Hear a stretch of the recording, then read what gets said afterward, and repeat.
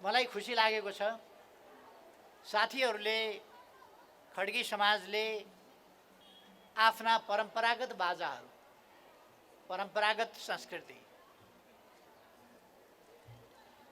यी कुराहरूलाई फेरि जगाउने हिसाबले यी कुरा मर्न दिनु हुँदैन। हाम्रा पूर्वजहरूले बहुतै मेहनतका साथ विभिन्न सन्दर्भमा यिनको रचना गरे, यिनको विकास गरे, यिनलाई प्रचलनमा ल्याए र हामीले बिर्सनु हुँदैन र अरूको नकलको पछाडि कुद्नु हुँदैन, आफ्नो मौलिकता छोड्नु हुँदैन। यस मनसायले जुन कुराहरू अगाडि सार्नु भएको छ, नायखी जस्ता कुराहरू, यी कुराहरू हामी सबैका लागि प्रेरणादायी छन् र म यसको प्रशंसा गर्न चाहन्छु। म युवा पिँढीलाई धन्यवाद भन्न चाहन्छु। उहाँहरू अरूको नकलको पछाडि मात्रै कुद्ने होइन, आफ्ना संस्कृति, आफ्ना बाजागाजा, आफ्नो नृत्य या आफ्ना अरू सांस्कृतिक पक्ष र संस्कारका पक्षहरूलाई पछ्याउँदै यो नायखीलाई उहाँहरूले उठाउनका लागि अभ्यास गरिरहनु भएको छ। मलाई ज्यादै खुसी लागेको छ। हामी अरूको देखासेखी राम्रा कुराहरूमा गर्नुपर्दछ। विज्ञान प्रविधिमा हामी अरूको देखासेखी गर्नुपर्छ, अरूबाट पनि लिनुपर्दछ, ज्ञान अरूबाट पनि लिनुपर्दछ। तर संस्कृति, आफ्नो संस्कृतिलाई बढावा दिएर जानुपर्छ, आफ्ना संस्कारहरूलाई बढावा दिएर जानुपर्छ। जुन अनुपयुक्त छन् हामीले त्यसलाई सच्याउँदै जानुपर्छ। तर आफ्नोपन, आफ्नो कला, आफ्नो संस्कृति, आफ्नो सभ्यता, आफ्नो इतिहास, आफ्ना धरोहरहरू र आफ्ना पहिचान। पहिचान भनेको थर मात्रै होइन, जात मात्रै होइन। जातका कुरा गरेर मात्रै पहिचान हुँदैन। पहिचान हाम्रो सभ्यतामा, हाम्रो संस्कृतिमा, हाम्रो संस्कारमा, हाम्रो वाद्यवादन, हाम्रो गायन, हाम्रो नृत्य, हाम्रा अरू संस्कारगत कुराहरू, हाम्रा चाडपर्वहरू, यिनीहरूमा हाम्रो पहिचान लुकेको हुन्छ र यिनीहरूको योग नै हाम्रो पहिचान हो। यिनीहरूको समग्रता नै हाम्रो पहिचान हो। आज तपाईहरूले आफ्ना संस्कारगत पक्षहरूमा कमी नआओस् भनेर तालिम कक्षाहरू, त्यसको पनि प्रारम्भ गरिरहनु भएको छ। त्यो मलाई धेरै राम्रो लागेको छ। खुसी लागेको छ कि तपाईहरू आफ्ना संस्कारगत पक्षहरू, ज्ञानको अभावमा परम्परागत अथवा संस्कारगत पक्षहरू, संस्कृतिका पक्षहरू, तिनको ज्ञानको अभावमा त्यो कहीँ लोप हुँदै नजाओस्। उपयुक्त ढङ्गले संस्कारगत क्रियाकलापहरू सञ्चालन गर्न सक्यौँ, यस हिसाबले तपाईहरूले अगाडि बढाउनु भएको छ। एउटा कुरा चाहिँ मैले अलिअलि बुझिनँ, यो अब संस्कारगत पक्षमा काम गर्नेहरूले अलिक दक्षिणा चाहिँ बढी माग्न थाले भन्ने। अब पहिलेकै जति दक्षिणाले त कहाँ हुन्थ्यो। म सानो हुँदाखेरि गौदान गर्दा 17 पैसाले गौदान गर्ने चलन थियो।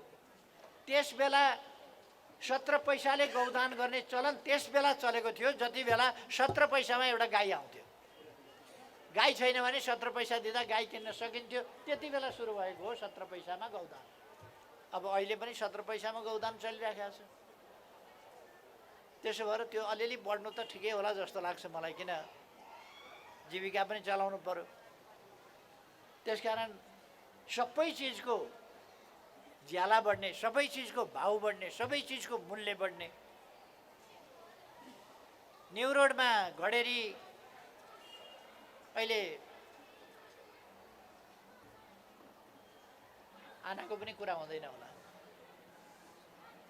त्योभन्दा पहिले कति सस्तो थियो, अहिले कति महँगो भयो। अनि सबै चिज महँगो भयो भने तर फेरि त्यसका जानकारहरूले, गुरुजीहरूले धेरै मूल्य पनि बढाउनु हुँदैन। जसले आस्था नै छोड्ने गरी, धान्नै नसकेर छोड्ने गरी त्यता जान बाध्य नहोस् त्यस कुरामा पनि हामीले ध्यान दिनुपर्छ भन्ने मलाई लाग्छ।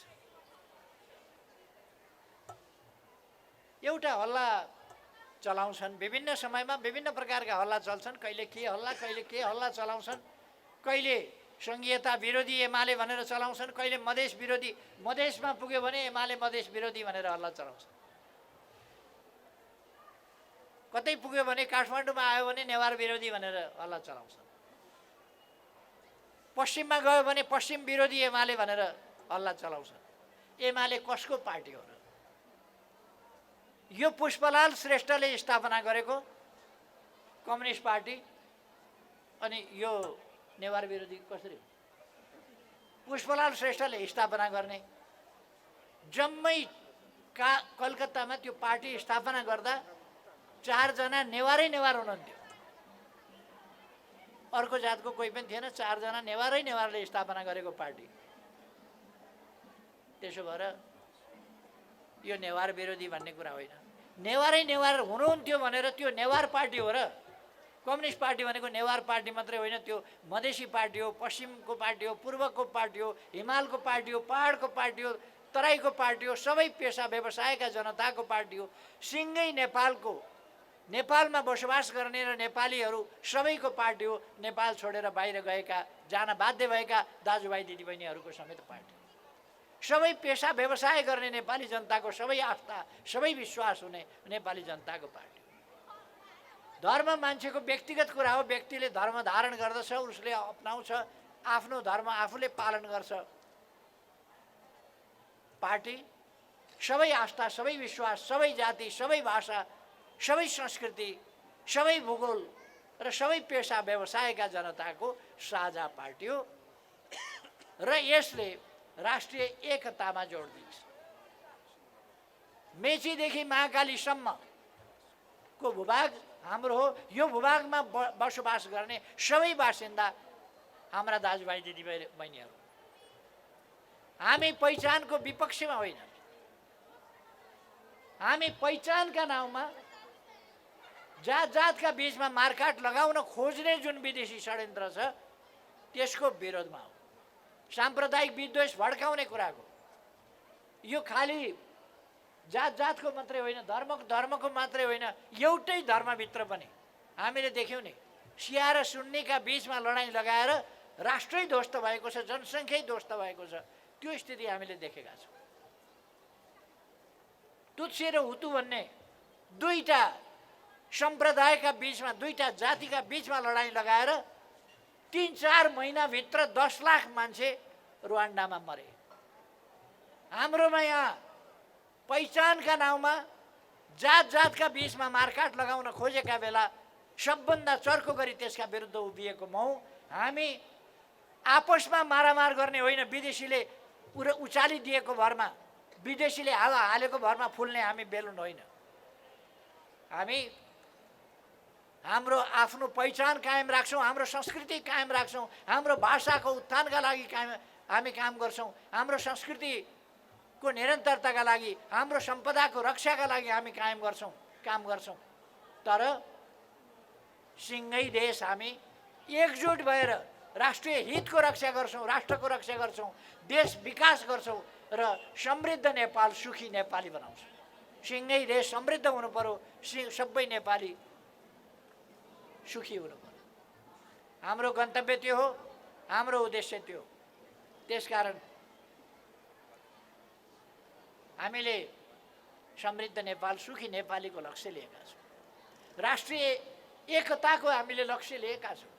हामी एकताबद्ध भएनौँ भने, हामी विभाजित भयौँ भने, हामी एक ठाउँ जम्मा हुन, राष्ट्र निर्माणको एउटा अभियानमा संयुक्त ढङ्गले सबै सामेल हुन सकेनौँ भने राष्ट्र निर्माण हुन सक्दैन। तसर्थ हामीले समृद्धिका साथ, सुखका साथ अगाडि जानका लागि, देशलाई अगाडि बढाउनका लागि, नेपाललाई अगाडि बढाउनका लागि हाम्रा पहिचानहरू, हाम्रा संस्कृति, हाम्रा सभ्यता, हाम्रो गौरवपूर्ण इतिहास, त्यसलाई ओझेलमा पर्न नदिएर उठाएर हाम्रा सम्पदाहरूको रक्षा गरेर अगाडि बढ्नुपर्छ। त्यसकारण हामीले राष्ट्रिय एकतामा जोड दिएका हौँ। आफ्नो पहिचान, आफ्नो सभ्यता संस्कृति त्यसलाई संरक्षण गर्न र अगाडि बढाउन जोड दिएका हुन्। त्यसो गर्दै राष्ट्रिय सामाजिक सद्भाव कायम गर्ने र राष्ट्रिय एकता बनाउने हाम्रो त्यो कुरा हो। त्यसकारण यस्ता भ्रमहरू मानिसहरूले फिजाएका हुन्छन्। म दाजुभाइ दिदीबहिनीहरूलाई आग्रह गर्न चाहन्छु, यस्ता भ्रमका पछि नपरौँ। नेकपा एमाले सिँगै नेपालको विकास गर्ने, सिँगै नेपाललाई समृद्ध नेपाल बनाउने यस अभियानमा जुटेको छ र सिँगै नेपाली जनतालाई सुखी नेपाली बनाउने यस अभियानमा जुटिया छ। हाम्रो यस अभियानलाई असफल पार्नका लागि कहीँ दुनियाँमा नभएका कुराहरू नेपालमा भए, तपाईँ हामीले देखेका छौँ। दुनियाँमा नभएका कुराहरू भए, प्रयोग गर्न नहुने संस्थाहरूको दुरुपयोग गरेर नेकपा एमालेलाई सरकारबाट हटाइयो। संसदबाट बन्ने सरकार परमादेशबाट अदालतबाट बन्यो। संसदले सरकार परिवर्तन भएको थाहा पनि पाएन, अन्तैबाट सरकार बन्यो। यस्तो तमासा नेपालमा भयो।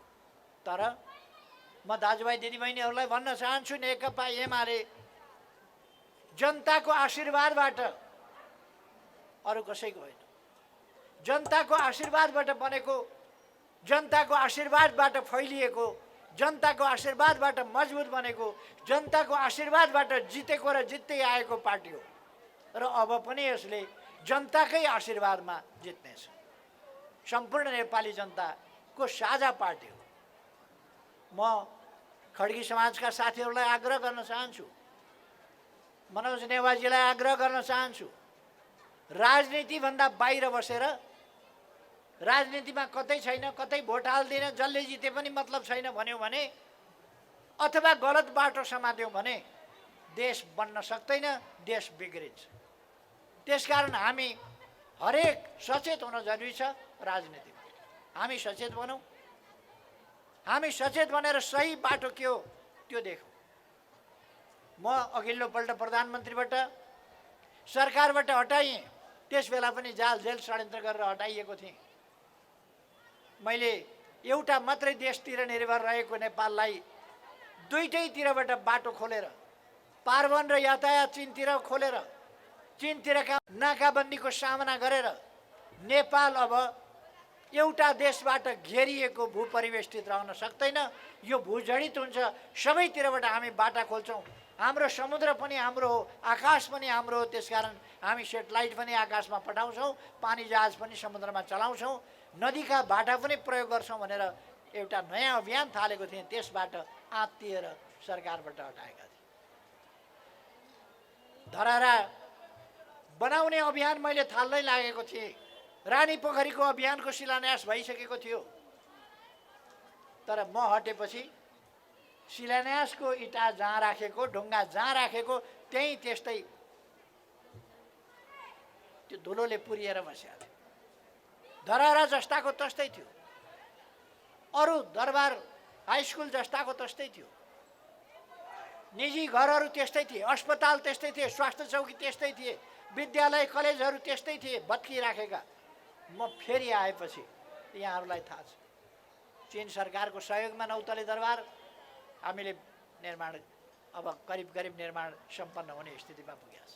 अमेरिकी सरकारको सहयोगमा यो बैठक तयार भएको छ। अरू विभिन्न बनाएका छौँ हामीले। धरहरा हामीले शिलान्यास पनि गऱ्यौँ, उद्घाटन पनि गऱ्यौँ। हाम्रो गौरव हो धरहरा, त्यसलाई हामीले फेरि उठायौँ। रानी पोखरी गौरव हो, त्यसलाई हामीले फेरि उठायौँ। अनेक संरचनाहरू, अनेक पुरातात्विक ठाउँहरू हामीले उठायौँ। अझै पुनर्निर्माणको काम बाँकी छ। त्यसलाई म भन्न चाहन्छु, अहिले केही समय, 1 वर्ष, चुनाव हुन अब बेसरी ढिला भयो भने 1 वर्ष न हो, 1 वर्षमा चुनाव हुनै पर्छ। 1 वर्षमा चुनाव पछि मैले भनिरहनु पर्ला जस्तो लाग्दैन। अब कसको सरकार बन्छ देशमा, अब त्यसो भएर 1 वर्ष पर्खिनु पर्ने हो। त्यसपछि हामी पुनर्निर्माणका काम र नवनिर्माणका कामहरू अगाडि बढाउँछौँ र देशलाई समृद्धिको बाटोमा लान्छौँ। अब बन्ने सरकार हिजो जस्तो यसलाई तानेर उसलाई जोडेर योसँग सहकार्य गरेर यसको बैशाखी टेकेर यसलाई मिलाएर उसलाई मिलाएर गर्यो भने तिनीहरूले आफ्नै खुट्टा त फुत्किँदैन नि। नटबल्टु लगाएको खुट्टा त नटबल्टु खुस्काइदिन्छ, खुस्किहाल्छ। मैले अलिकति काम गर्ने समयका लागि नटबल्टु समेतका केही जोड्या थिएँ। कसले कसले जोडिदियो, कसले कसले फुत्काइदियो, त्यो फुत्किएका खुट्टाहरू गए। मेहनत गरेर जोडियो, धरहरा बनेको देखेपछि तिनको छाती पोल्यो, छातीमा आगो बल्यो, तिनको दिमाग भतभत पोल्यो रानी पोखरी बनाए देखेपछि। हाम्रा ऐतिहासिक सम्पदाहरू फेरि उठेको देखेपछि आत्तिन थाले। पूर्व पश्चिम राजमार्ग एउटा थियो, 3वटा राजमार्गहरू थपिए। हुलाकी राजमार्ग, मदन भण्डारी राजमार्ग, पुष्पलाल राजमार्ग। पूर्व पश्चिम मात्रै होइन, उत्तर दक्षिण हरेक नदीमा corridor, Karnali corridor, Koshi corridor, Gandaki corridor, विभिन्न गण्डकीका शाखा शाखाका करिडर, त्यसै गरेर कोशीका शाखा शाखाका करिडरहरू ती निर्माण भए। उत्तर दक्षिणका बाटाहरू, पूर्व पश्चिम रेलमार्ग, हामी कहीँ बाटो बनाउँदैछौँ, कहीँ मुआवजा दिँदैछौँ। त्यो स्थितिमा पुर्याइसकेको अहिले अलिकति रोकिएको छ। त्यसकारण म राजनीतिमा साथीहरू रुचि राख्नुहोस्। नेकपा एमालेको सही राजनीति, राष्ट्र निर्माणको राजनीति, राष्ट्रियताको राजनीति, लोकतन्त्र लोकतान्त्रिक अभ्यासको राजनीति, जनताको राजनीति, जनतालाई सम्पन्न बनाउने राजनीति, विकासको राजनीति, भ्रष्टाचार विरुद्धको स्वच्छताको राजनीति, संस्कृतिको रक्षा र समृद्धिको राजनीति, यस राजनीतिलाई अगाडि बढाउन हामी सबै उठ्नुपर्दछ। त्यसकारण म मनोजजी लगायत, आजका सभानायकजी लगायत जो जो साथीहरू हुनुहुन्छ सबैलाई आउनुहोस् नेकपा एमालेमा एकजुट हौँ। नेकपा एमालेमा एकजुट भएर अगाडि बढौँ, निर्वाचन जितौँ, काठमाडौँ बनाऊँ, देश बनाऊँ, खड्गी समाजको उन्नति गरौँ, अरू समाजहरूको पनि उन्नति गरौँ। हामी सबै एकजुट भएर यी सबै कामहरू जे होस्। तपाईँहरूले आज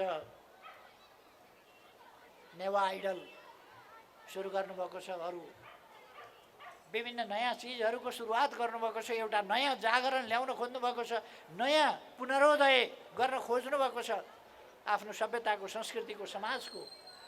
यो ज्यादै खुसीको कुरा हो। यसका निम्ति फेरि एकपल्ट म धन्यवाद भन्न चाहन्छु। नेकपा एमाले तपाईँहरूको साथमा छ।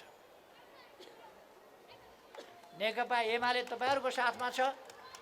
नेकपा एमाले साथमा छ होइन, नेकपा एमाले भनेको तपाईँहरू नै हो। नेकपा एमाले अरू केही होइन। नेकपा एमाले यहाँको मेयर हो, यहाँको वडा कमिटीको अध्यक्ष हो, यहाँको केन्द्रीय कमिटीको सदस्य हो र यहाँका अरू सबै नेकपा एमाले। त्यसकारण म आग्रह गर्न चाहन्छु साथीहरूलाई एकजुट भएर अगाडि बढौँ। तपाईँहरूको यो कार्यक्रम भव्यताका साथ सम्पन्न गर्नुभएको छ, म खुसी व्यक्त गर्न चाहन्छु। यसको आयोजनाका लागि नेपाल खड्गी समाजलाई धेरै धेरै धन्यवाद भन्न चाहन्छु। यो अत्यन्तै राम्रो सामूहिक सान्दर्भिक आयोजना छ। यसले एउटा नयाँ जागरण आफ्नो ठाउँमा ल्याएको छ। हाम्रो ठाउँ एउटा वास्तवमै दुनियाँका लागि अनौठो ठाउँ, वास्तवमा अनौठो ठाउँ हो। दुनियाँमा एकमात्र जीवित देवी कुमारी घरको नजिकै हामी यहाँ यो कार्यक्रम गरिराखेका छौँ। जीवित देवीको कुरा गर्ने बित्तिकै दुनियाँ आश्चर्यचकित हुन्छ। जीवित, लिभिङ गडेस, यस्तो पनि हुन्छ भनेर हामीले अलिकति प्रचार गर्न सकेका छैनौँ। हामीले अलिकति हाम्रो संस्कृतिको, हाम्रो परम्पराको, कतिपय मान्यताहरूको, हामीले चलाएका प्रचलनहरूको प्रचार गर्न सकेका छैनौँ। अनौठो लाग्छ दुनियाँलाई। हाम्रा जात्राहरू, हाम्रा पर्वहरू, जात्रा भनेको के हो छक्क पर्छन् मान्छेहरू। इन्द्र जात्रा के हो, अर्को जात्रा के हो, भैरव जात्रा के हो, कुमारी जात्रा के हो, विभिन्न जात्राहरू के हुन्, विभिन्न नाचहरू के हुन्, नेपालमा मात्रै छ लाखे नाच। लाखे नाच के हो? यो नेवाकी दुनियाँमा कहीँ खोजेर पाइँदैन। वीर रसले भरिएको, यो त नबजाउनेलाई पनि बजाउँ बजाउँ लाग्ने, बजाएपछि झन् बजाउँ लाग्ने, वीर रसले भरिएको। यो बाजा बजाउने गऱ्यो भने मान्छे ढिलो बुढो हुन्छ, किनभने यो बाजाले जुन जोस दिन्छ, जुन उत्साह दिन्छ, जुन उमङ्ग दिन्छ, त्यसले मान्छेको जीवनमा ऊर्जा पैदा हुन्छ।